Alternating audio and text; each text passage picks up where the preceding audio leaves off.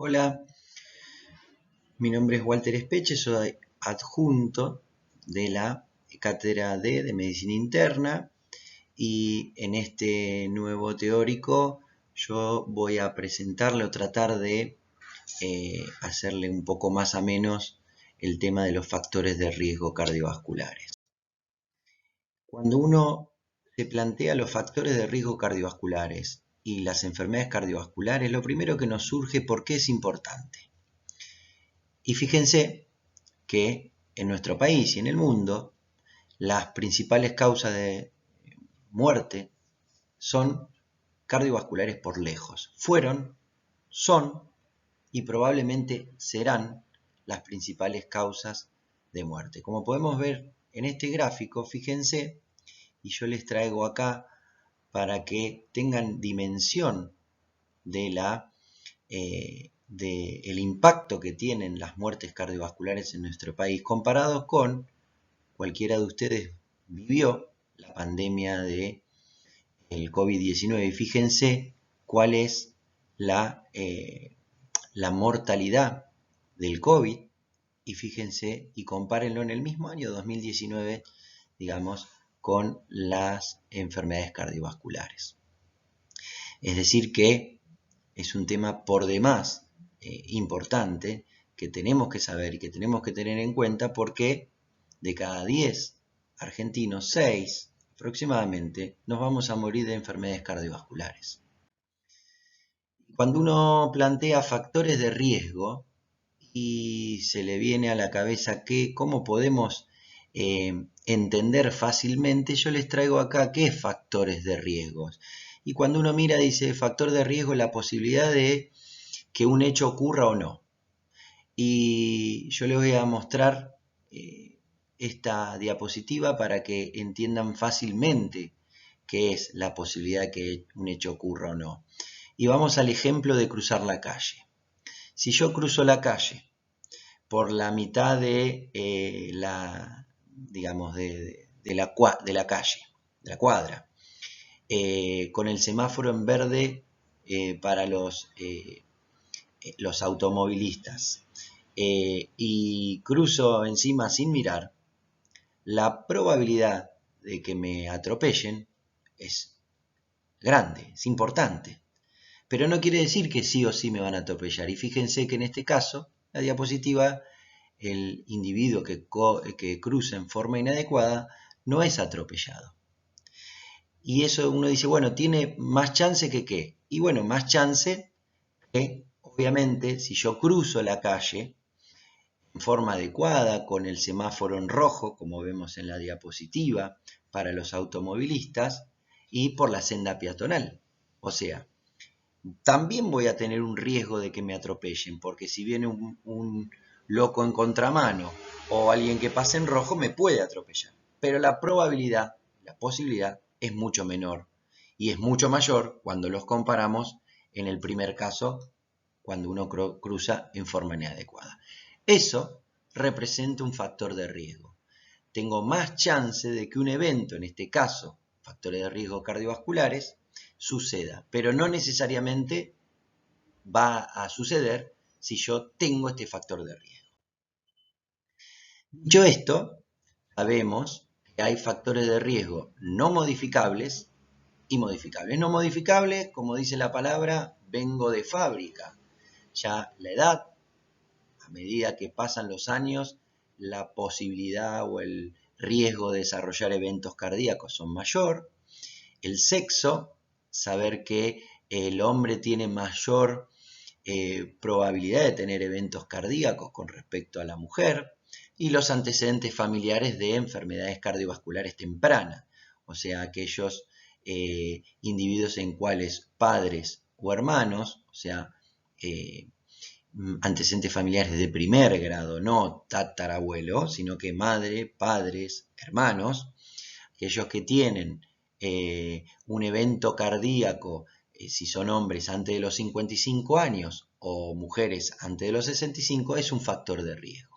Pero eso no podemos modificarlo. Nosotros tenemos que centralizar nuestra atención en los factores de riesgo modificables, como vimos, que es la hipertensión, dislipemia, diabetes, tabaquismo, sedentarismo, obesidad e inflamaciones crónicas.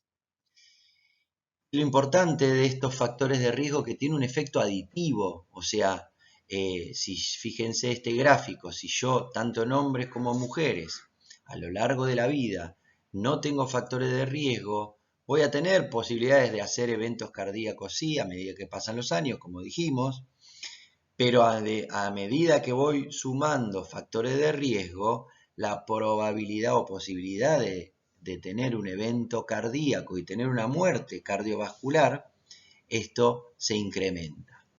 Eso que uno cuando tiene un paciente en el consultorio, lo que deberíamos es estratificar el riesgo cardiovascular, o sea, ver cuáles de los factores de riesgo que mi paciente porta me van a aumentar la chance de que tenga un evento cardíaco o coronario o accidente cerebrovascular que me pueda achicar la sobrevida o que me deje con una discapacidad.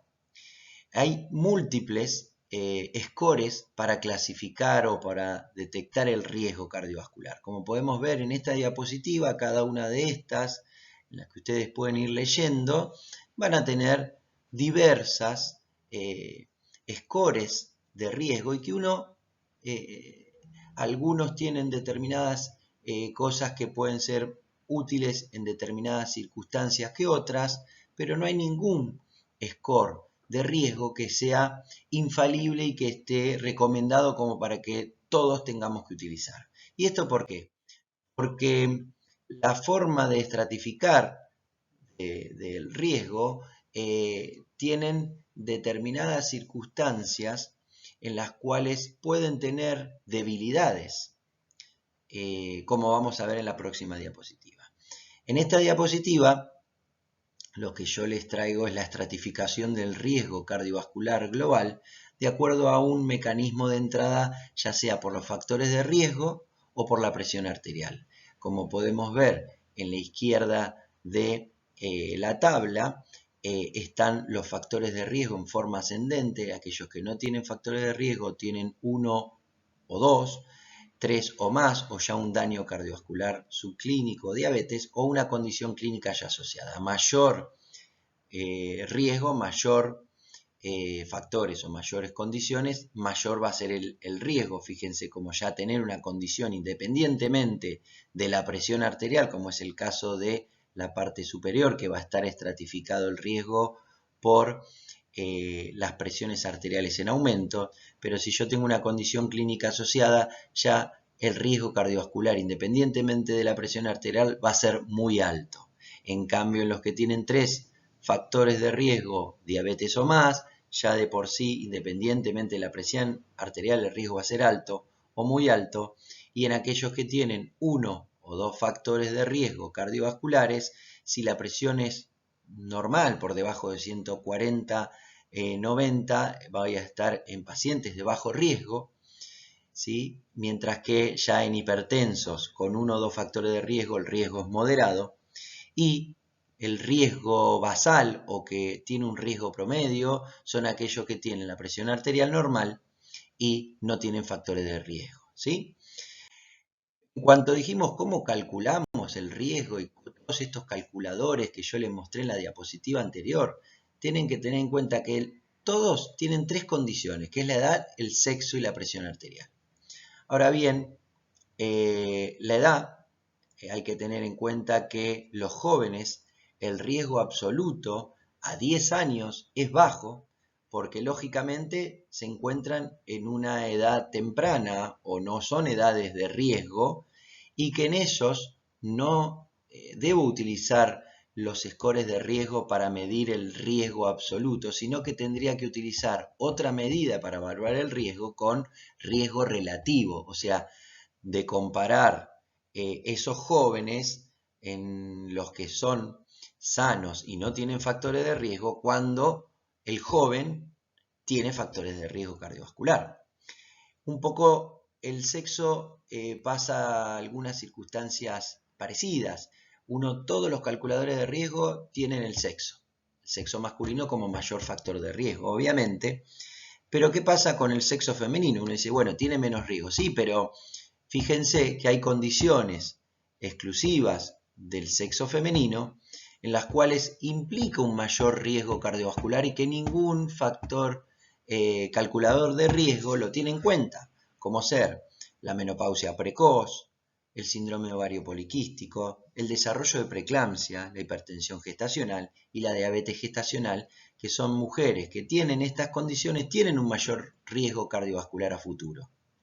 Y por último, todos los calculadores incluyen a la presión arterial, sin embargo ninguno incluye a la hipertensión enmascarada, a la hipertensión de guardapolvo blanco y a la hipertensión nocturna, que son fenotipos de presión arterial que tienen un mayor riesgo de desarrollar eventos cardíacos. Es así que entonces hay circunstancias de riesgos de enfermedades cardiovasculares que no pueden ser estimados o que la mayoría no están estimados y que son importantes tener en cuenta cuando uno evalúa todos los scores de riesgo y que no son los riesgos cardiovasculares tradicionales, como vimos anteriormente, que tenemos que tener en cuenta. Y estos son esta lista que vamos a desarrollar rápidamente uno por uno, como es la hipertensión nocturna. ¿Qué es la hipertensión nocturna? Bueno, aquellos individuos que tienen la presión alta cuando descansan, cuando duermen. Y si uno mira el riesgo de los individuos que tienen hipertensión nocturna con respecto a los que tienen hipertensión diurna, como podemos ver en esta diapositiva, cuando se comparan cada uno de los individuos, independiente de edad, sexo y si estén tratados o no, aquellos que tienen hipertensión nocturna, cuando se compara en un mismo modelo con la hipertensión diurna, los que tienen hipertensión nocturna tienen mayor riesgo de desarrollar eventos cardíacos, enfermedades cardiovasculares, con respecto a las que tienen hipertensión diurna. O sea que es algo, como vimos anteriormente, que no está considerada en ningún score de riesgo y la hipertensión nocturna es la principal presión en la cual cada individuo va a tener mayor riesgo si lo vemos como divididos entre la presión del día y de la noche. El segundo punto dijimos que es la insulinoresistencia.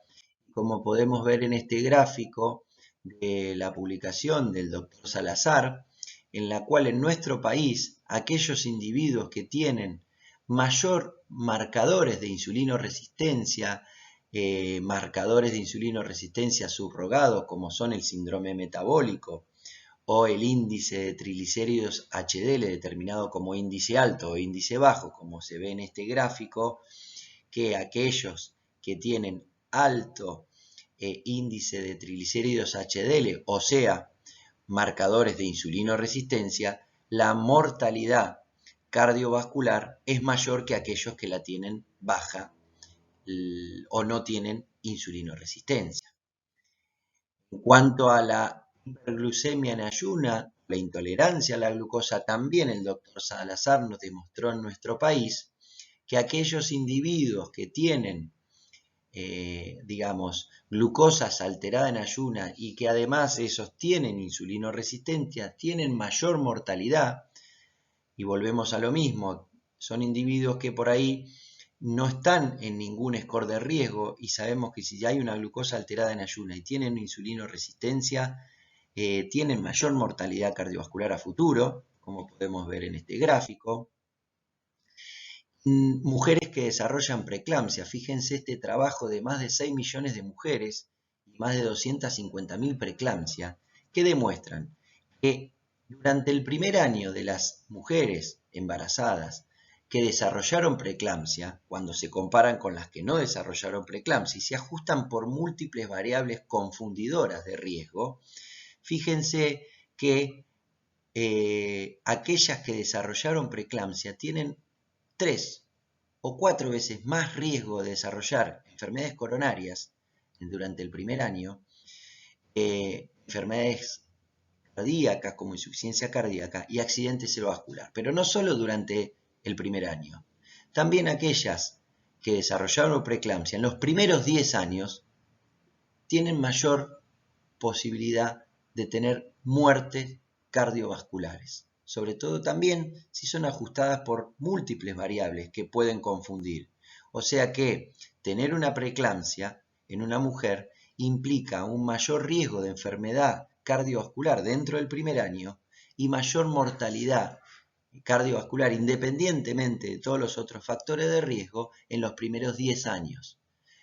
Lo cual es muy importante este factor de riesgo y que hay que tenerlo en cuenta cuando uno se enfrenta en el consultorio a cualquier paciente para estratificar el riesgo, porque la preeclampsia no está en un calculador de riesgo y es algo que uno debería preguntarle como dato de interés para tener en cuenta la probabilidad de desarrollar eventos cardiovasculares y muertes cardiovasculares en las mujeres, sobre todo mujeres jóvenes, que es el momento donde hay embarazos y edad fértil. El sedentarismo aumenta la mortalidad.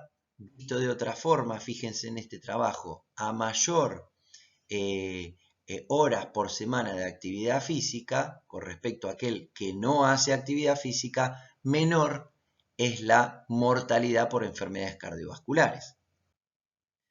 La agrupación familiar, habíamos dicho que tener una enfermedad cardiovascular temprana en familiares de primer grado aumenta la posibilidad de eventos cardíacos.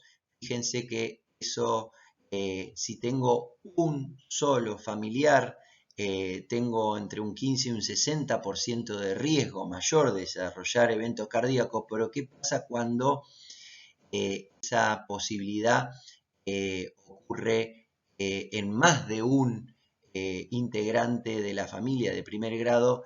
Ese riesgo se duplica y llega casi a 3 veces más de riesgo. Avanzando en los factores de riesgo que los calculadores habituales no ven o no detectan, la inflamación crónica.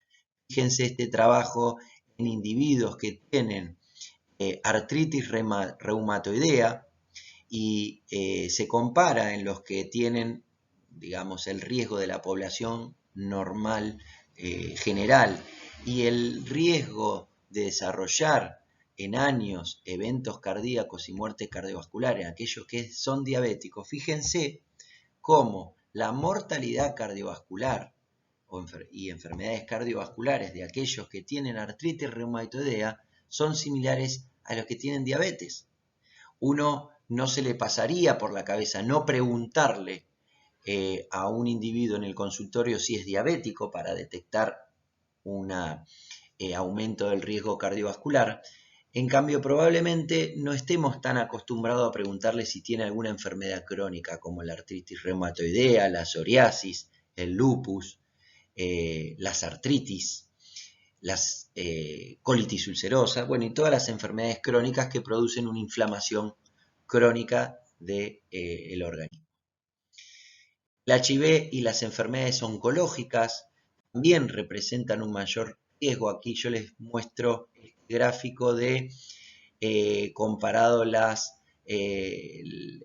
infartos agudos de miocardio que tienen los pacientes con HIV con respecto a los que no tienen HIV. Con HIV se muestran las barras en gris oscuro y gris claro los que no tienen HIV. Y fíjense lo importante que, sobre todo, este riesgo mayor y significativo con respecto a los que no tienen HIV se presentan en edades tempranas. Fíjense que en mayores de 45 a menores de 55 años, como el riesgo ahí es donde uno tiene que apuntar y es mayor, o sea, aquellos individuos que tienen HIV tienen mayor probabilidad de infarto agudo de miocardio que respecto a los que no tienen esta enfermedad. Y por último, el perfil psicológico desfavorable, como muestra en este gráfico, de los factores de riesgo cardiovasculares. Fíjense que aquellos que tienen un perfil de riesgo psicosocial desfavorable tienen mayor probabilidad de desarrollar eventos cardíacos y obviamente mortalidad cardiovascular. ¿Qué es perfil de riesgo desfavorable? Depresión crónica, aislamiento social, cosas que hoy en día son por demás frecuentes y hay que tenerlo en cuenta a la hora de evaluar los riesgos cardiovasculares de nuestros pacientes en el consultorio. Todo esto y cuando uno mira los factores de riesgo es para poder actuar, obviamente, y uno dice, bueno, y evitar que si yo tengo un factor de riesgo y la enfermedad se desarrolló, evitar que esta enfermedad se repita, y ahí estamos en presencia de la hipertensión secundaria, que es conocida por todos ustedes, que es, yo tengo que actuar para que ese paciente que ya tuvo un evento, en este caso cardiovascular, no vuelva a tener otro. Otro dato importante, y mirándolo desde el punto de vista de los factores de riesgo, o sea, hipertensión, dislipemia, diabetes, que es la prevención primaria, o sea, tratar a ese factor de riesgo para evitar que desarrollemos un evento cardiovascular en este caso. Esto puede estar dado, como vemos en la diapositiva, por herramientas, ¿sí?, que están destinadas sobre todo a los fármacos, ¿sí? O sea, a tener factores de riesgo o a tener enfermedades cardiovasculares, en el caso de la hipertensión secundaria, sobre todo actuar rápidamente con tratamiento farmacológico para reducir ese factor de riesgo y evitar que se desarrolle una enfermedad cardiovascular en el caso de la prevención primaria, o evitar que nuevamente tenga otro evento cardiovascular en la prevención secundaria. Ahora bien, fíjense cuál es el piso de este triángulo, y es la base de la prevención cardiovascular, y en la cual tenemos que empezar a cambiar la manera de ver los factores de riesgo, y en la cual tenemos que interiorizarnos, y es en la prevención primordial. ¿Y qué es la prevención primordial?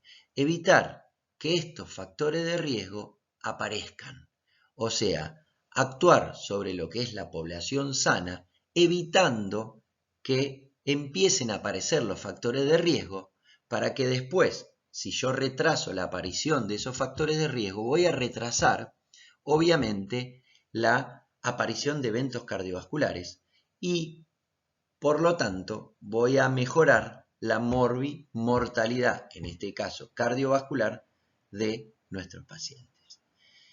Y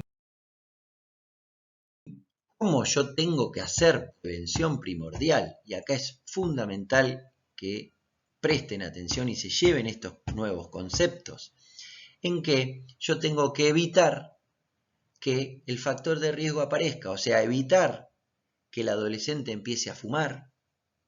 Y aquí, como vimos en las diapositivas anteriores, donde la base de la intervención era farmacológica, aquí es la prevención, es la educación, es los cambios de vida y los estilos de vida saludables.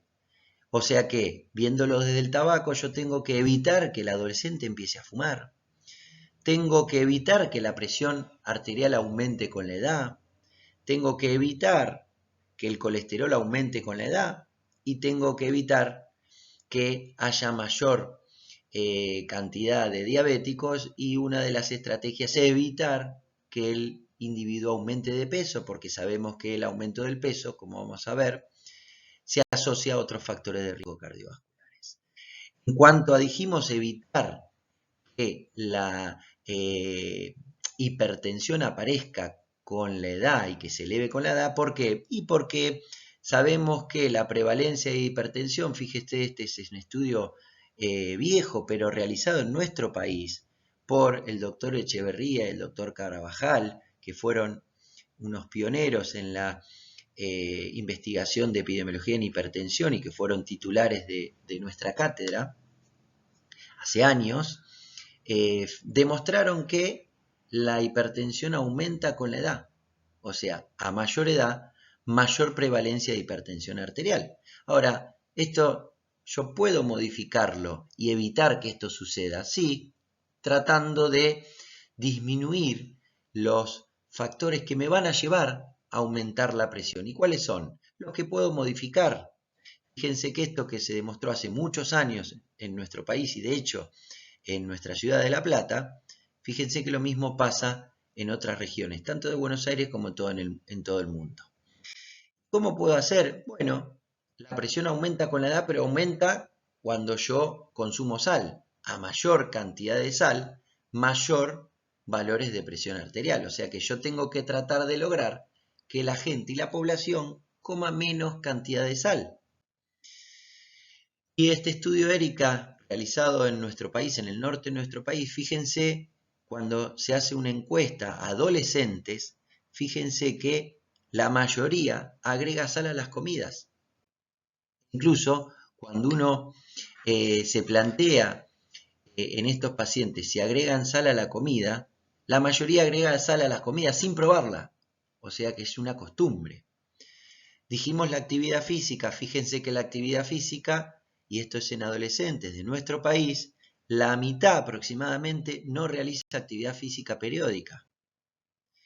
Cuando vimos en el consumo de tabaco, esta es la última encuesta de factores de riesgo cardiovasculares y hecha en nuestro país en el 2018, y fíjense que cuando uno mira la prevalencia del tabaquismo es aproximadamente un 19-20% de los individuos entre 13 y 15 años tienen tabaquismo. Pero fíjense lo importante de este enfoque desde la prevención primordial. ¿Qué pasa cuando uno en esta encuesta veía cuáles nunca habían consumido el tabaco, nunca habían fumado, pero que quizás comience, en la respuesta decían, comience a fumar en un futuro, y en los cuales piensan que podrían disfrutar de un cigarrillo? Y fíjense, como dijimos, la prevalencia de fumadores actuales viene en descenso con respecto a los últimos años, pero fíjense cuando uno ve la prevención primordial donde tenemos que actuar, sobre todo con la educación. Fíjense, nunca consumieron tabaco, pero quizás puedan consumir en un futuro casi el 30% de los individuos adolescentes entre 15 y 13 años. O sea que esa es la clave de la prevención para evitar que esos individuos agarren en un futuro el factor de riesgo, en este caso el tabaquismo. ¿Y cómo es? Dijimos que, bueno, en cuanto a la actividad física, el consumo del tabaco y el consumo de sal, la base fundamental es la educación y son los cambios saludables de estilo de vida, pero sobre todo que impacten en la familia. O sea, una familia que hace actividad física, que consume menos sal y que no fuma, es un ejemplo para sus hijos para actuar sobre la prevención primordial. En cuanto a la obesidad, fíjense que en nuestro país aproximadamente el 30% de los individuos tienen obesidad, determinado por un índice de masa corporal mayor de 30 kilogramos por metro cuadrado, como clasifica la Organización Mundial de Salud. O sea que es un impacto importantísimo la de la obesidad en cuanto a prevalencia y sobre todo en factores de riesgo. Aquellos individuos obesos tienen mayor chance de desarrollar obviamente hipertensión. Fíjense, volvemos al estudio Erika y fíjense la prevalencia, como dijimos, de sobrepeso y obesidad. Fíjense en este caso de adolescentes es el 30% también, y que obviamente a mayor sobrepeso y obesidad la prevalencia de hipertensión es mayor. O sea que obesidad se relaciona con hipertensión y diabetes. O sea que actuando en el peso yo voy a poder estar actuando en los adultos jóvenes y en los adultos mayores con la prevalencia de hipertensión, dislipemia y diabetes.